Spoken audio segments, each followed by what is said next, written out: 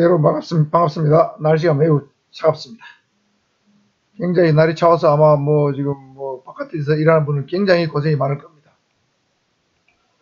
제가 생각해 보면 세상에는 많은 직업들이 있지만 공부가 그 중에 가장 수월한 것 같아요. 여러분 알다시피 연예인이 된다, 가수가 된다, 또는 스포츠스타가 된다, 이런 사람들은 굉장히 성공하기 어렵죠. 아마도 한 몇십만 명 또 몇백만 명 중에 한 명 정도 1등 정도 해야 아마 될 겁니다. 밥 먹고 살 수 있을 거예요. 근데 공부를 좀 어느 정도 하면, 엄청난 돈을 벌기 어렵지만은, 밥 먹고 사는 데는, 제일 수월한 방법이 공부가 아닌가. 이런 생각이 듭니다. 그래서 여러분 공부하는 걸 너무 좀 힘들게 하지 말고, 즐기면서 하면 좋을 것 같아요. 자, 이번 시간은 시설물 내부 경비인데, 민간 경비 15번째 시간입니다. 지난 시간까지는 시설물 외곽 경비 활동을 살펴봤죠.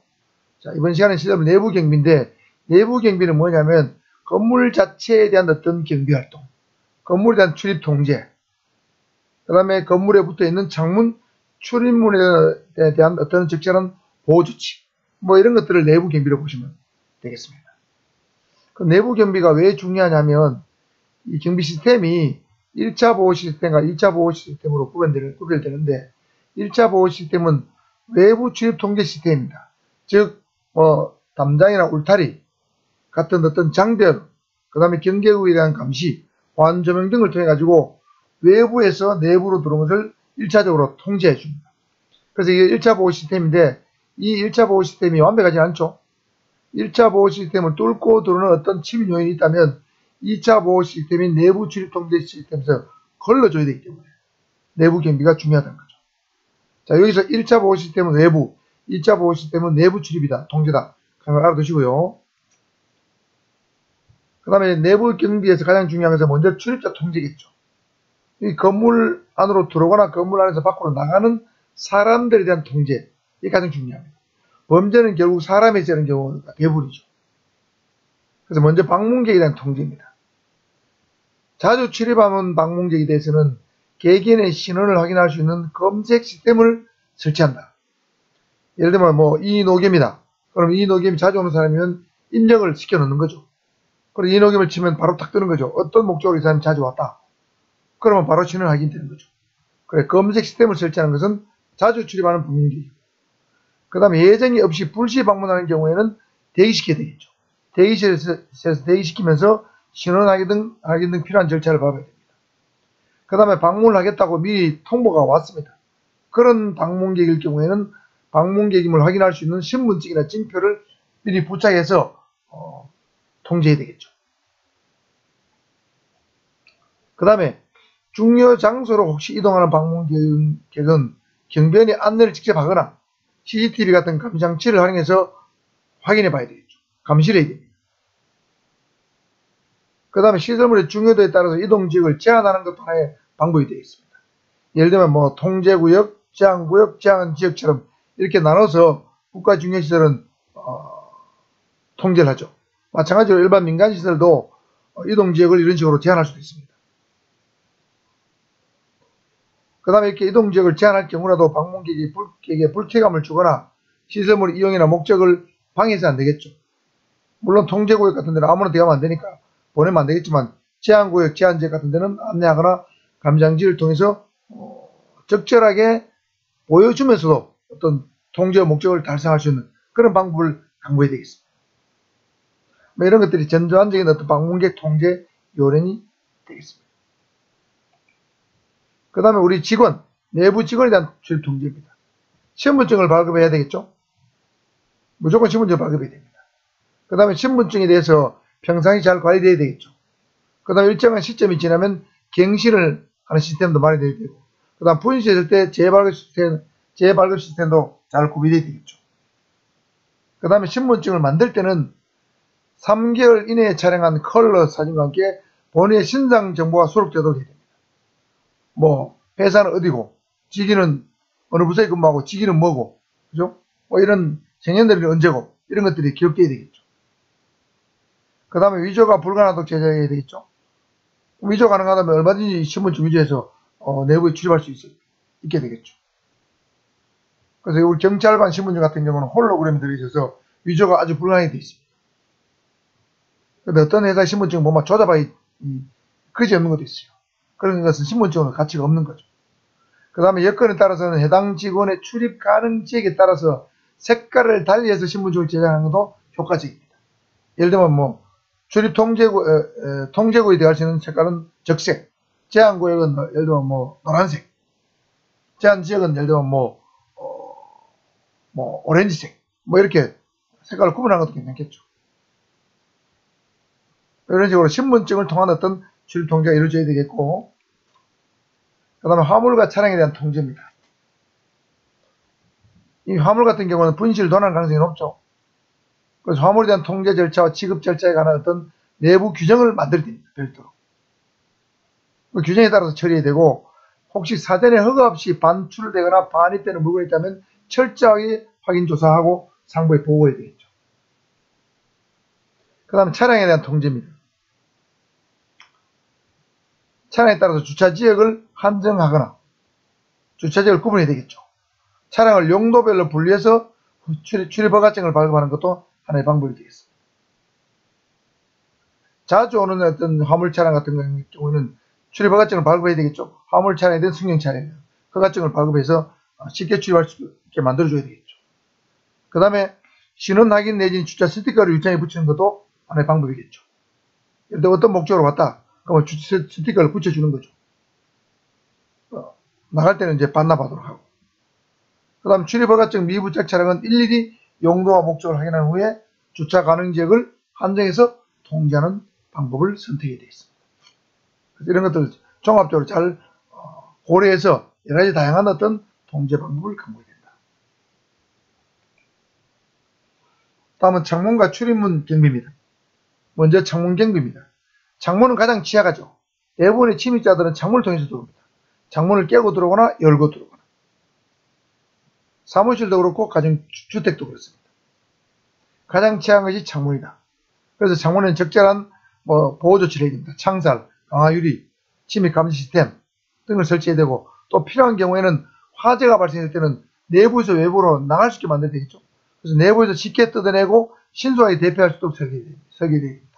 밖에서는 쉽게 침입할 수 없고 뜯어낼 수 없게 만들면서 내부에서는 뜯어내고 탈출할 수 있도록 그렇게 만들어야 된다는 거죠. 그리고 창문으로는 창문 경비에서는 안전유리와 이중 안전유리, 창살 같은 걸 설치하는 게 필요합니다. 일반 유리보다는 안전유리를 설치하는 게 좋다는 거죠. 이 안전유리는 일종의 고강도 특수유리입니다. 그래서 이 안전유리는 침입 시간을 지연시켜주고 미간 아름다움을 유지시켜주는 그런 기능이 있기 때문에 안전유리를 설치합니다. 요즘 대부분의 주택 같은 데는 아파트에는 안전유리를 설치하죠. 공장에도 안전유리를 대부분 많이 설치합니다. 이 안전유리의 장점은 뭐냐면 알아둬야 됩니다. 일단 인체에 손상을 입히지 않게 파편 모양을 가르칩니다. 누가 부수려고 해도 잘 안 가르치죠. 금방 쫙 파편 모양으로 사방으로 우리 얼음을 다 깨려 두드리면 파편이 쫙 금이 쫙 가죠. 사방으로. 그런 것처럼 갈라집니다.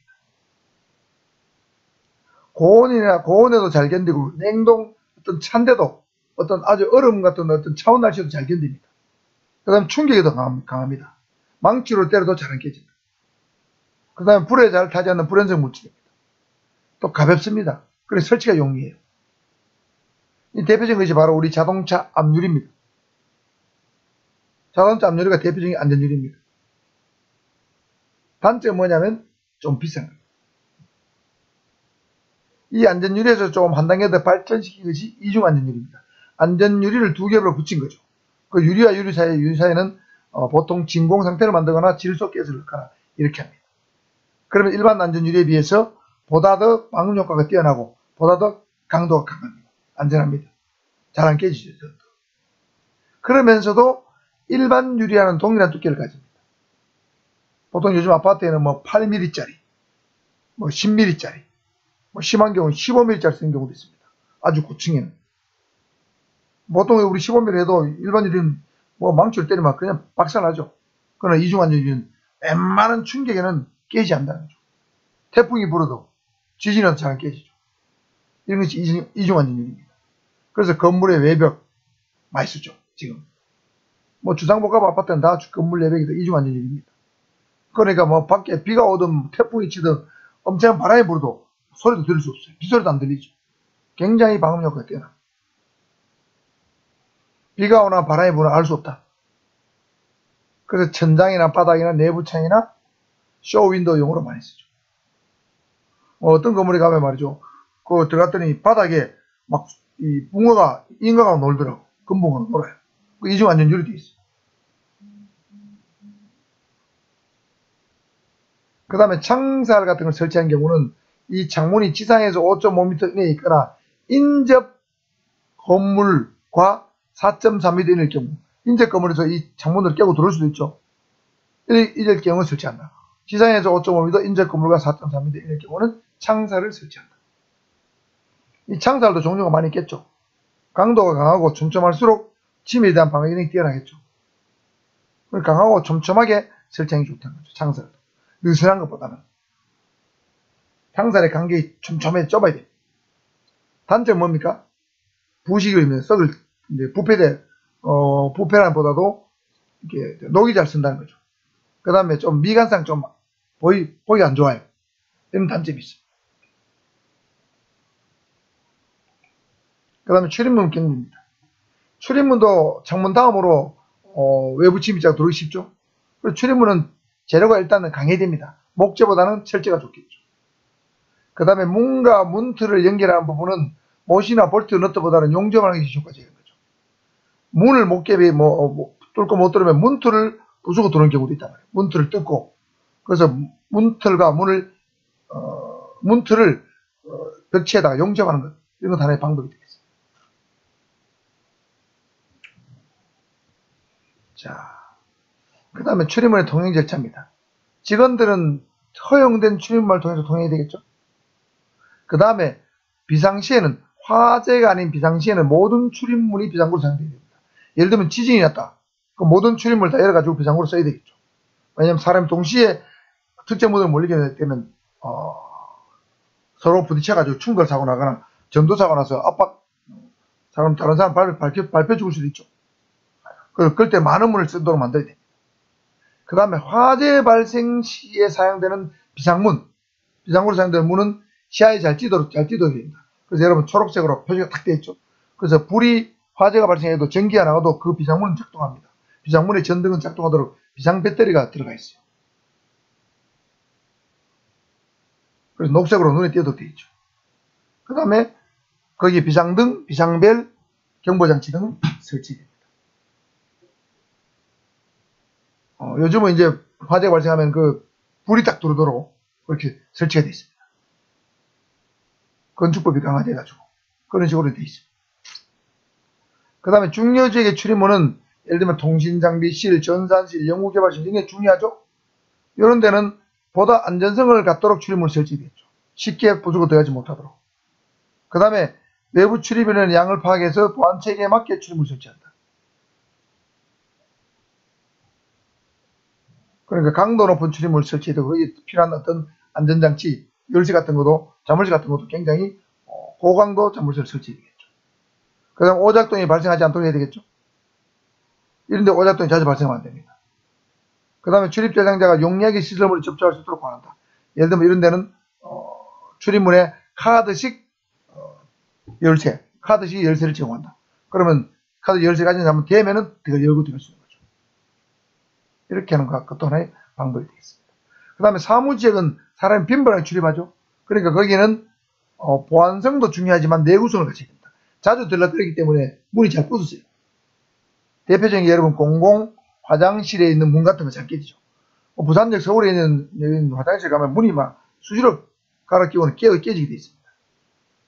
특히 문고리 있잖아요. 자주 부딪혀가 잘 깨지더라고요. 거기 이상한 낙사한 놈들도 많아요. 미친 놈들도 많아요. 그래서 이 사무직은 자주 출입하기 때문에 보안성도 중요하지만 내구성도 중요해야 된다.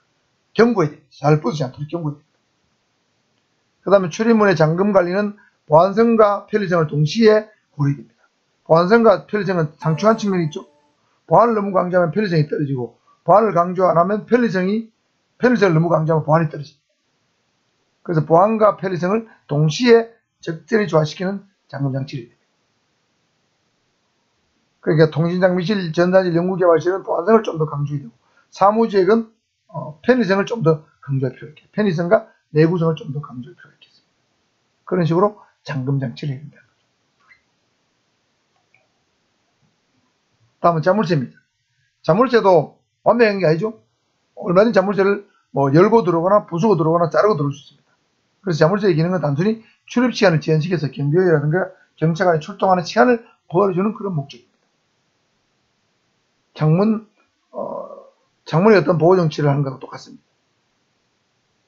자, 자물쇠의 종류 중요합니다. 크게 보면 기계식 자물쇠와 디지털 자물쇠가 있습니다. 디지털과 기계식. 기계식 자물쇠는 네 가지가 있죠. 돌경 자물쇠. 일반적으로 가장 널리 사용된 잠금 장치인데 요즘은 별로 쓰는 데가 별로 없어요. 열쇠에 어떤 구멍이 있으면 그 구멍에 맞게 열쇠 구멍에 맞게 열쇠를 만들어 가지고 집어넣어가 돌리면 바로 작동해요. 그러니까 웬만한 재고쟁이 같은 거 집어넣으면 다 열립니다. 그래서 가장 구조가 간단하고 쉽게 열림으로 침입 예방 기능은 매우 취약합니다.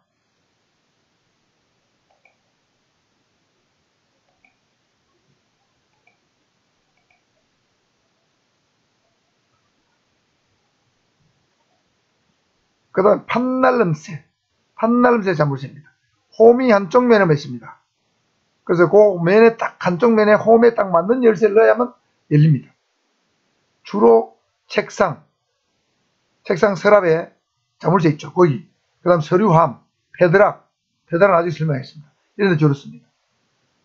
돌경 자물쇠보다는 효과적이나 높은 안전성을 보장하지 않는데 통상 여는데 열쇠가 없다면 여는데 3분 정도 걸린다고 합니다. 한번 볼까요? 자, 이게 판날름새입니다. 열쇠의 한쪽 면은 일자고 반대쪽이 이렇게 울퉁불퉁하죠. 요렇게 되는데 이걸 여는데 열쇠가 없다면 한 3분 정도 가면 열 수 있다는 거죠. 다양한 어떤 뭘 집어넣어 가지고 여는 거죠. 그래 안전성이 크게 높진 않다. 이게 판날름새입니다. 핀날름새는 양쪽에 열쇠 홈이 양쪽에 있어요. 홈이 불규칙적으로 파여져 있습니다. 굉장히 복잡하죠. 우리 자동차 열쇠 같은 경우는 거의 핀날름새입니다. 양쪽에 홈이 파여져 있어요. 그리고 자동차 키는 나무 꽂아서 시동이 안 걸리죠. 그래서 판날름새보다는 한 단계 높은 안전성을 제공하는데 연락하면 10분 정도 걸린다는 거죠. 정상 열쇠가 아니라면. 예를 들면 우리 멀티키 맞는 키를 가져서 연다 해도 10분 정도 걸린다는 거죠. 맞춰야 되기 때문에. 열쇠 양쪽을 다 맞춰야 돼요. 그래서 일반 산업 분야뿐만 아니라 일반 주택에도 널리 쓰고 자동차 키로도 많이 쓰죠. 책상에는 서류하면 주로 판날름새. 그 다음에 보통 우리 자동차라든가 일반 아파트 이런 데는 핀날름새 이런 걸 많이 요즘 쓰죠. 돌경은 이제 거의 안 쓴다고 해야 됩니다.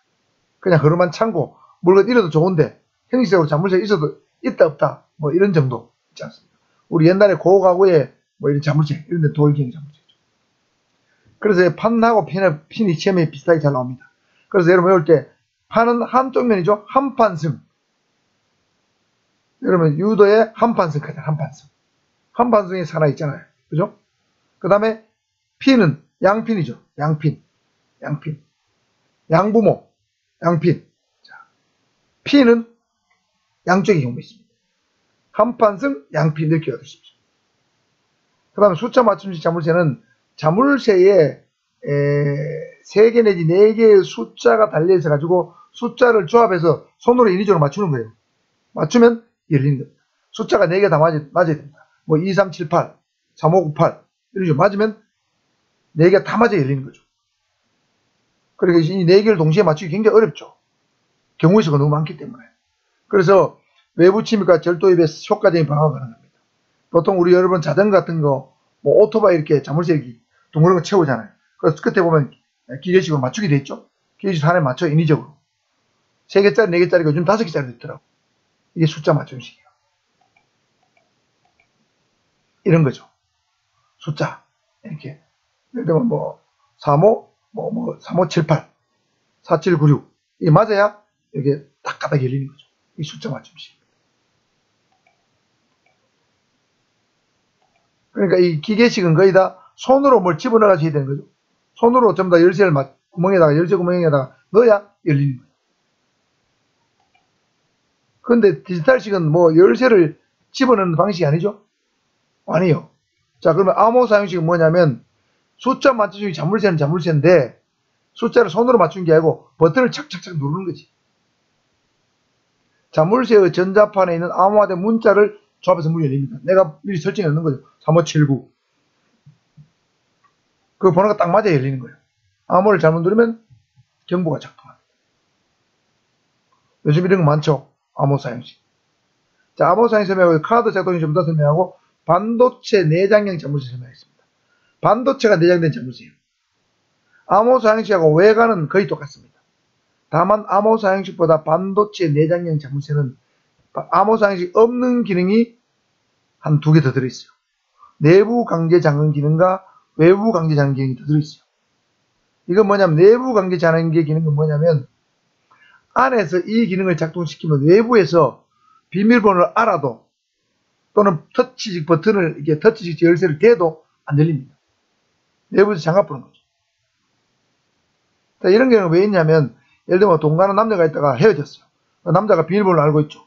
남자가 찾아와서 비밀번호를 누르고 들어오잖아요. 그런 일이 걸 막기 위해서 여자가 안에서 내부 강제 기능 장기를 작동시켜 놓으면 비밀번호를 안 바꿔도 그대로 안 열리는 거예요. 그 다음에 외부 강제 잠금 기능은 뭐냐면 외부 강제 잠금 기능이니까 내부에서 문을 열 수 없어요. 예를 들면 치매 노인이 있다. 치매 노인이 자꾸 밖에 나가서 길 잃어버린다. 그러면 나갈 때 그 자식이 이 기능을 작동시켜 놓는 거예요. 그러면 치매 노인이 나가고 싶어도 못 나가요. 꼬맹이들이 자꾸 집 밖으로 자꾸 나가서 길을 잃어버린다. 위험하다. 그러면 엄마가 집을 나가면서 이 기능을 작동시키면 애들이 집 안에 있게 되는 거예요. 안에서 버튼을 눌러도 안 열립니다. 이게 외부 강제 잠금 기능이에요. 우리 집에도 이 기능이 있습니다. 요즘은 대부분의 디지털 키는 이 반도체 내장형입니다. 근데 사람들이 모르니까 안 쓰는 거죠. 이 반도체 내장형 자물쇠를 마치 암호 사용식 자물쇠 정도로 씁니다. 근데 사실 이 기능을 알면은 굉장히 편하죠. 그 다음에 경보음이 작동합니다. 도난시나 외부 침입시 경보음이 작동하고 또 문이 1.5cm 이상 열려 있으면 자동으로 경보음이 작동합니다. 이것이 반도체 내장형이에요. 암호 사용식보다 더 진화된 것이 반도체 내장형입니다. 그 다음에 카드 작동식은 어떤 카드를 자물쇠에 대거나 꽂으면 자동으로 열립니다. 그러니까 정해진 그 자물쇠에 맞는 카드 자물쇠를 떼야 돼요. 그래서 이건 신분적인 기능을 갖고 있기 때문에 주로 통제구역이나 제한구역 같은 데 주로 쓰죠. 중요한 어떤 보안을 요하는 어떤 사무실에는 카드 작동식 자물쇠를 쓰죠. 접근성도 좋아지면서 이거 카드 작동식 자물쇠 검사는 들어오지 못하도록 만드는 어떤 통제 기능이 강화된 그런 방식이 카드 작동식이 되겠습니다. 그 다음에 지문인식 자물쇠는 뭐 뻔하잖아요. 최첨단이죠. 지문을 미리 등록시켜 놓는 거죠. 컴퓨터 칩에다가. 그래가 지문이 일치하면 들어갈 수 있는 거죠. 그 다음에 요즘은 정맥인식. 이 손목에 여러분 정맥이 있죠? 손목의 혈관의 정맥 모양이 사람마다 다르다고 합니다. 그 정맥의 패턴을 인식해서 문을 여는 방식이에요. 그러니까 이거는 사용자의 거부감이 적고 지문이 없거나 손바닥이 없는 사람도 사용을 합니다. 지문이 없는 사람은 뭐냐면 너무 노가다 같은 걸 많이 해서 이 지문이 다른 사람이 있습니다. 지문이 없는 사람이 있어요. 너무 일 많이 하는 사람 있잖아요. 육체적인 노동을 많이 하는 사람들. 이런 사람 지문이 없는 사람이 있어요. 그러면 정맥인식 자물쇠 써야 되겠죠. 어쨌든 이 디지털 자물쇠 방식은 기계식보다는 훨씬 더 진화된 방식이다. 자, 암호 사용식, 반도체 내장형, 카드 작동식, 지문인식, 정맥인식은 디지털식이고 기계식은 돌기형, 판나름새, 핀나름새 여기 두 개 구분 잘 하시고 숫자 맞춤식. 숫자 맞춤식은 디지털식 아닙니다. 지금 잘 나옵니다. 자, 이게 바로 암호 사용식 또는 반도체 내장형이죠. 정해진 버튼을 뭐 3개나 4개나 5개, 6개 누르면 되죠. 저희 집 같은 경우는 4자리 하는데 어떤 집에는 8자리 하는 사람도 있더라고요. 이제 눌러서 8자리면 절대 돌기 힘들겠죠.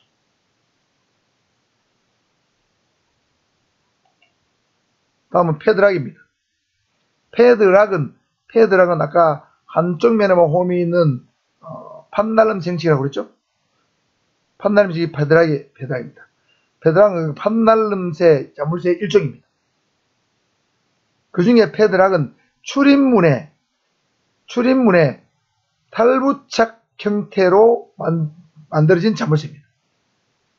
문에 원래부터 문에 붙어 있는 게 아니고 문이 있으면 문에다가 이 자물쇠 갖다 붙인 거예요. 문의 몸체 중간에 보통 설치해서 그 열쇠를 잘 집어넣으면 문이 열립니다. 한번 볼까요? 이런 거죠. 이게 출입문이잖아요. 출입문에 이 문이 몸체가 있으면 이게 패드락을 여기 갖다 붙인 거예요. 그러니까 이게 자물쇠 이게 구멍이죠. 열쇠를 집어넣으면 이게 들락날락 하는 거죠. 이 4개나 되어 있으니까 웬만하게 열리지 않죠. 이 자물쇠를 부술 수도 없어요. 부숴가지고 경과에 자를 수도 부술 수도 없고 너무 경과하기 때문에. 이런 식으로 된 게 패드락입니다. 요즘 아파트 된 게 많죠. 사무실 된 게 많고. 그래서 일반 자물쇠의 단점을 보완하고 강한 충격에도 견뎌서 안전성을 강하게 해서 만든 것이 패드락입니다. 그리고 이 패드락의 종류에는 3가지가 있어요. 이거 외워둬야 됩니다. 기역식, 전기식, 일체식. 자, 여러 가지 외우는 방법은 여러 가지가 있는데,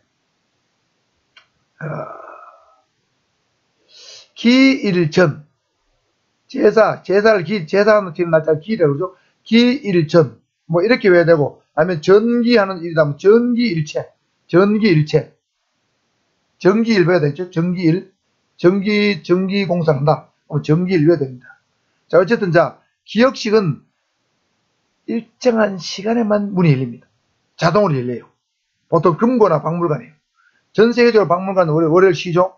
그러면 일요일 저녁에 자동으로 문이 닫히고 화요일 아침에 자동으로 문이 열립니다. 이게 기역식이. 은행 금고는 아침에 예를 들면 9시에 열리고 오후 8시에 닫힌다. 이렇게 저장시켜 놓는 거죠. 전기식은 전기 신호에 의해서 원거리에서 제어되는 방식이에요. 가정집이나 교도소 쓰는데, 가정집 어떤 경우 쓰면 주로 대문 있죠. 대문. 저택인데 대문이 건물하고 멀리 떨어져 있어요. 그러면 어떤 우리 리모컨 같은 걸 탁 눌러가지고 문을 여는 거예요. 아니면 주차장도 제가 봤는데, 주차장도 들어갈 때 셔터가 내려져 있잖아요. 이걸 버튼을 차에서 누르면 딱 올라가는 거예요. 들어가서 내리면 착 닫히고. 이게 전기식입니다. 원거리 제어 방식이에요. 그 다음에 일체식은 원격 조정 방식인데, 한 개의 출입문을 열면 나머지 전체 출입문이 동시에 열리고 닫히는 방식입니다. 예를 들면 교도소 깜방에 가면 깜방이 한 20개 있다고 치면 한 개의 문만 열면 나머지 문이 자동으로 쫙 열려요. 배식 시간입니다. 운동 시간입니다. 운동 끝났습니다. 이러면 자동으로 전체 문이 쫙 열리고 나가고 들어가는 거죠. 그런 데는 이제 주로 쓰는 거죠. 그 다음에 동시다발 사고 발생 가능성이 높은 장소에 있었죠. 그래서 일체식은 교도소 같은 데 쓴다. 전기식은 가정집이나 교도소 쓴다. 요거는 교도소에서는 깜빡 한 개의 문을 열기 위해서는 이 전기 쓸 수도 있겠죠. 아니면 교도소에 주문 있죠. 담벼락에 붙은 큰 문, 이게 워낙 문이 크니까 전기 버튼으로 딱 누르면 관리실에서 딱 정문에서 누르면 전체 문이 쫙 열리는 거죠. 이게 전기식이죠. 깜빵은 일체식이고, 그 다음에 울타리, 주문, 정문 같은 경우는 전기식을 주로 쓰죠. 금고나 박물관은 기역식을 쓴다. 이렇게 보시면 되겠습니다. 여기까지 하고, 이게 분량이 너무 많아서 여기까지 하고, 내부 서리 및 중요부품 안전관리, 금고 같은 거 있죠. 그 다음에 경비는 순찰 감시, 경보장치, 그 다음에 감시 시스템 CCTV 이런 거, 그 다음에 범죄 예방 구조 모델론, 셉테드 이런 것들은 다음 영상에서 이어서 찾아뵙도록 하겠습니다. 전부 다 시설물 내부 경비에 관계된 내용이 되겠습니다.